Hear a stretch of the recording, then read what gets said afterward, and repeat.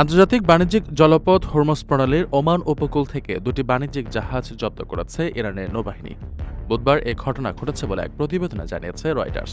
জব্দ দুই জাহাজের একটি আফ্রিকার দেশ লাইবেরিয়ার পতাকাবাহী নাম এপামিনোন্দাস এবং অপরটি পানামা পতাকাবাহী জাহাজ এমএসসি ফ্রান্সিসকা।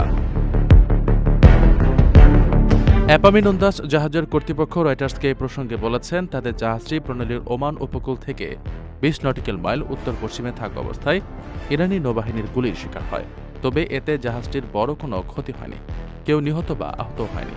তবে ইরানের নৌবাহিনীর হাতে নিজেদের জাহাজ জব্দের ঘটনায় এখন পর্যন্ত কোনো প্রতিক্রিয়া জানায়নি এমএসসি।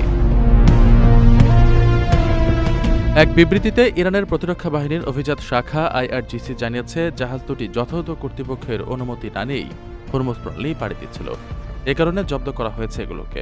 ১৬৭ কিলোমিটার দীর্ঘ এই হরমুজ প্রণালী পারস্য উপসাগরের সঙ্গে ওমান উপসাগর ও আরব সাগরকে যুক্ত করেছে। আন্তর্জাতিক জ্বালানি বাণিজ্যের জন্য এই জলপথ খুবই গুরুত্বপূর্ণ। বৈশ্বিক জ্বালানি বাজারের মোট সরবরাহের প্রায় ১/৪ পণ্য এই প্রণালী দিয়ে পরিবহন করা হয়।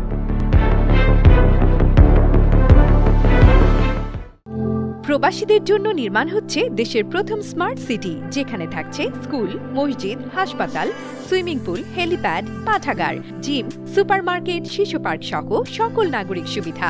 মাত্র ৩০ লাখ টাকা বিনিয়োগে মিলছে আকর্ষণীয় ফ্ল্যাট। প্লাটিনাম ইনভেস্টরদের জন্য ঢাকা বিমানবন্দরে ভিআইপি প্রোটোকল সুবিধা। বিস্তারিত জানতে যোগাযোগ করুন স্ক্রিনে দেয়া হোয়াটসঅ্যাপ অথবা ইমো নাম্বারে।